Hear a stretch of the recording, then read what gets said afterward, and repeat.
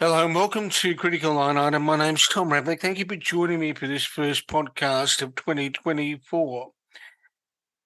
A little over a year ago, Australia was shocked by the brutal murder of two police officers and a civilian in a place called Wieambilla up in Queensland.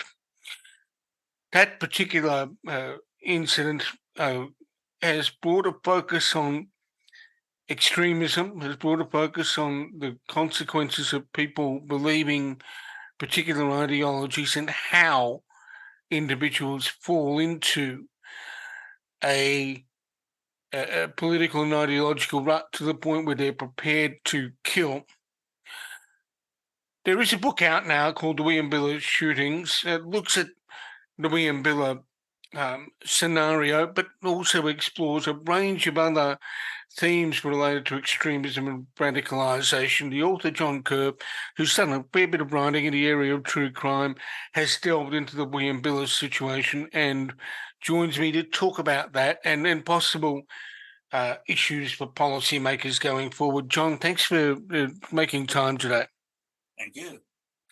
Now, before we get into the substance of what we learn from the situation and what policymakers and governments can look at, can you, in a brief summary, what are we dealing with here? What happened? A routine welfare check, and for a general duties constable, there's not much more usual, mundane sort of work than making a welfare check.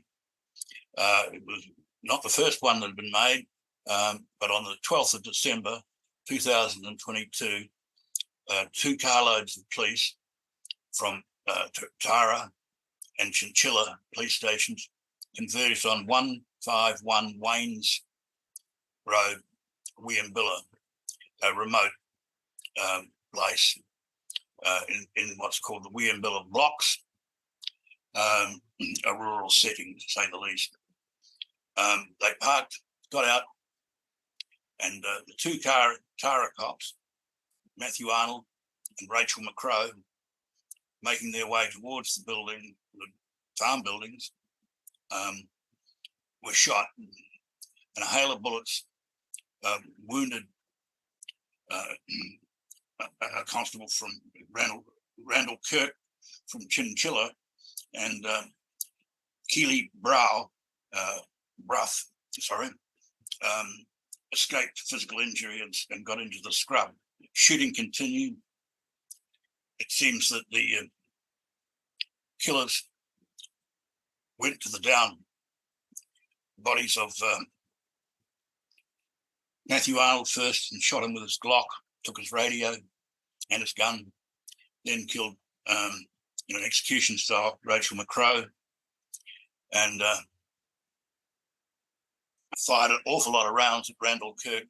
He managed to get to his vehicle and get to a place where he could call the cavalry, so to speak, to get back up. Meantime, Keely Brough was hiding in long grass. It was lit. It was an attempt to flush her out and shoot her. And the next significant event was the arrival of a whole lot of country cops from Tara, Chinchilla, and Miles, the equidistant police stations. They arrived and pinned down the shooters and retrieved the bodies and held the fort until such time as from Brisbane, Pole Air had helicopters in the air above, and CERT was on the road. CERT is the SWAT team name for that Queenslanders used. A siege situation developed, and at some stage, the armoured vehicle from which the negotiator would be sitting, trying to negotiate a settlement and a surrender, it was shot up, and the decision was taken to shoot to kill the 3 perpetrators. The 3 perpetrators being Gareth Train, his brother Nathaniel Train, and Gareth's then wife, Stacey train. Now, sorry, as well as that, when the smoke went up, a concerned neighbour, Alan Dare, and his friend went to the property to see what was going on. It's obviously that grass fires and bushfires are in no one's good interest in rural areas. And he was shot probably while filming. Alan Dare was shot. And so that made 3 victims and 3 perpetrators all dead that day. okay, now, one of the core issues, obviously, having gone through just the basic, the threadbare outline which we have. If I can enter into the discussion this way, what did you make of the mindset of the trans when you began looking at this in more depth?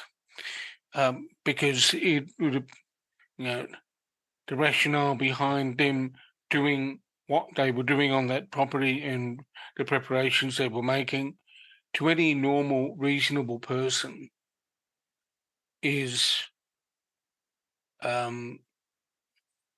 curious, to use a euphemism.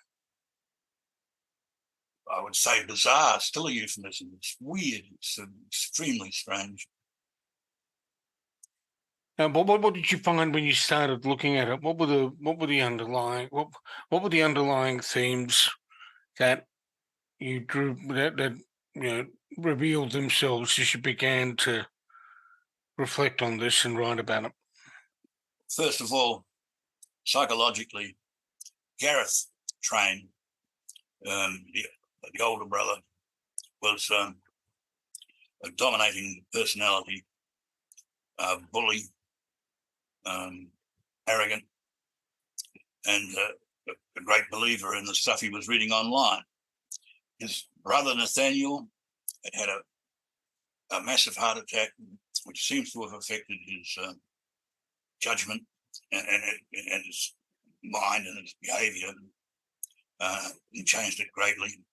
And Stacey Train was a sort of spear carrier for Gareth. So that's the psychological background. Gareth got deeply into online conspiracy theories and picked and patched up a kind of bizarre worldview. There was no white nationalist about it, and there was no Australian nationalist stuff about it, but there was a great deal of hatred and contempt for people, meat suits. As for the record of Australian killings, they're all false flags, including Martin Bryant in Port Arthur, which is very common among these people. And with these bizarre background, he borrowed from sovereign citizen type propaganda and doomsday prepper a bit from there, and so on and so forth. And they stitched together a situation which, together with premillennial apocalyptic Christian biblical forecasts, prophecies, I think they went into it to kill and to be killed, and they died smug. They'd done something that was worthwhile, and that they would eventually, in the rapture, rise from the dead, as we Christians do under this bizarre cult. Now, the situation, as you've described that in the book, as your sort of belief that they must have, in your view, died having thought they'd done something just and proper in accordance with their the belief system that they'd developed over a period of time.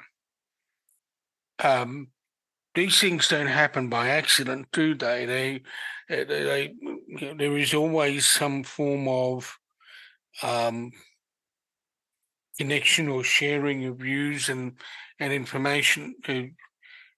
There was a certain amount of exchange happening, wasn't there, between an individual in the States and the trains, wasn't there? Yeah. In fact, while they were under siege, their last message was to damn Geronimo's bones in the United States. And they said goodbye to them, and we're going to meet him in heaven, so to speak, or after the rapture. And he seemed to be the closest compadre, if you like, that they had. They certainly had no local connections at all much. You know, they're not seen socializing, they're hardly seen shopping. They're extremely isolated, up a gully, so to speak. And they basically festered, the three of them just festered over a few months. One of the interesting things to me, and I suspect it probably is to you, is how we we tell the stories of a particular instance, and we forget that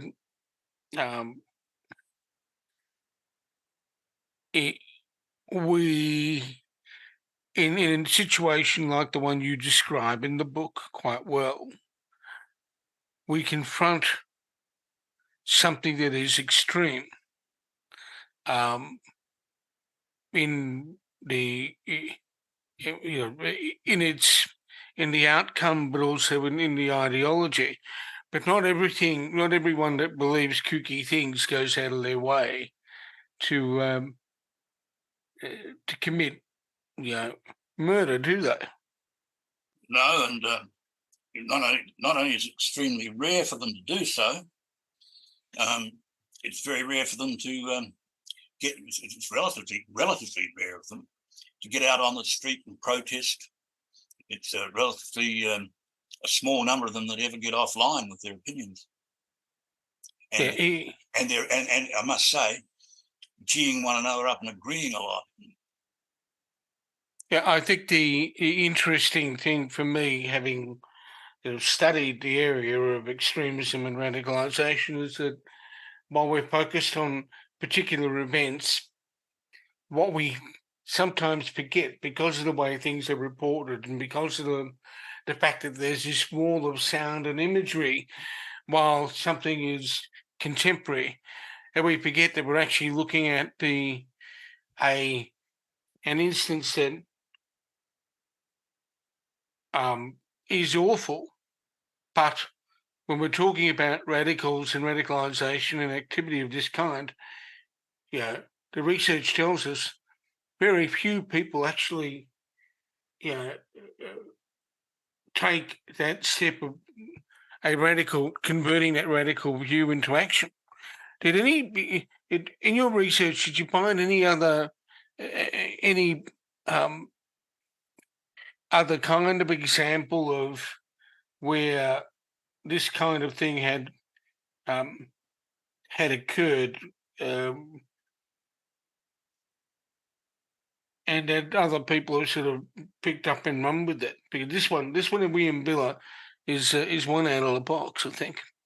I think so too. It's true that the online radicalization has taken people to do extreme things. There's instances in the book of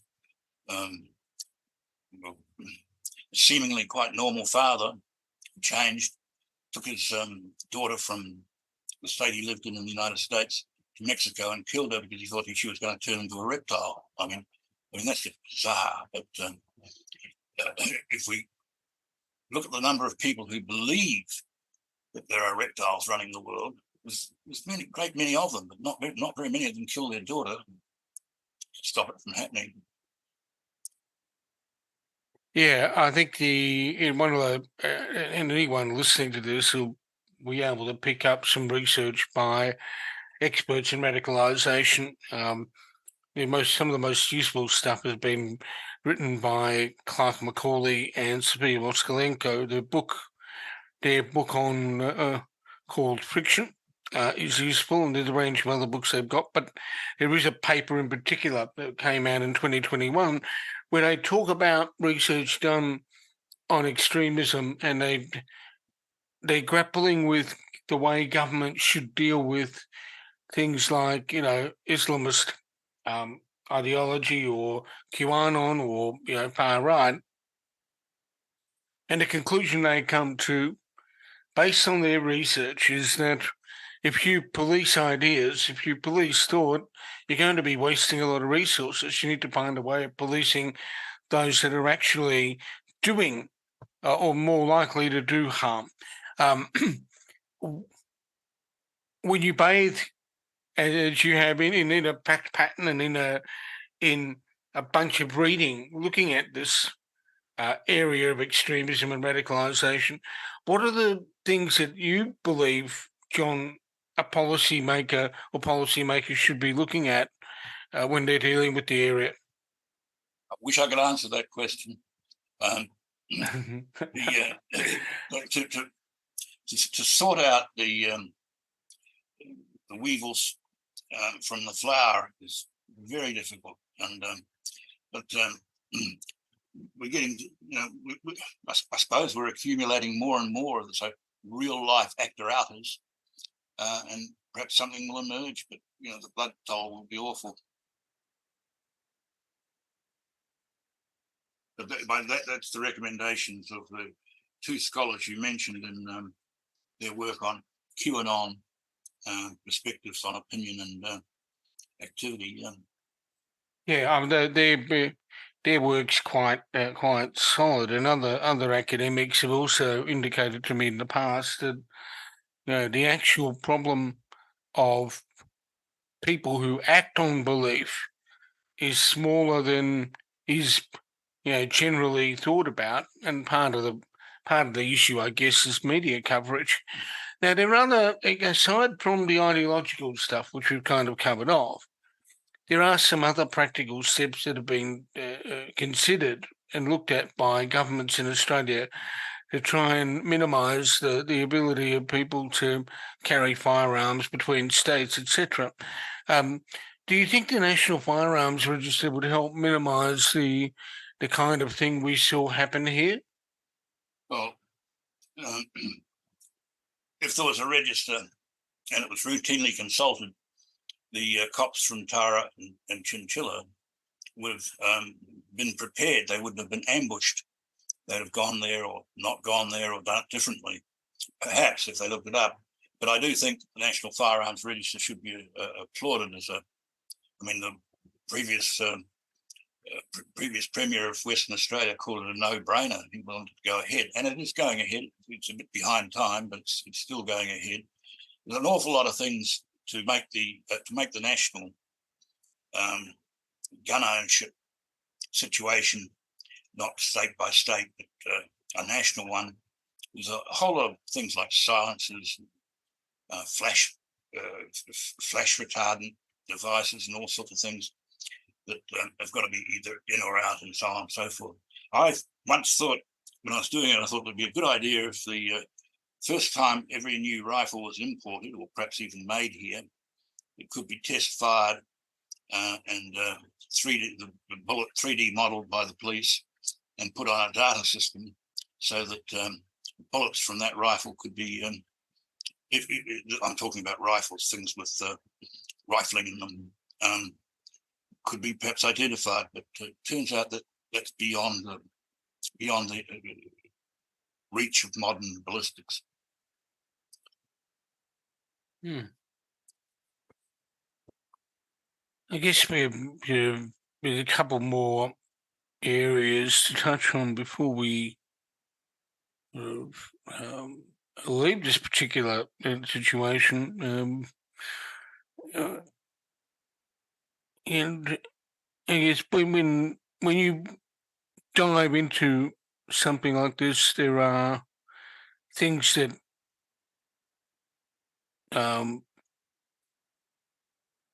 you encounter that are sort of depressing, and there are other things that give you hope. What are the things that most disappointed you about, or did you find the most disturbing about the situation when you first began to write about it? Oh,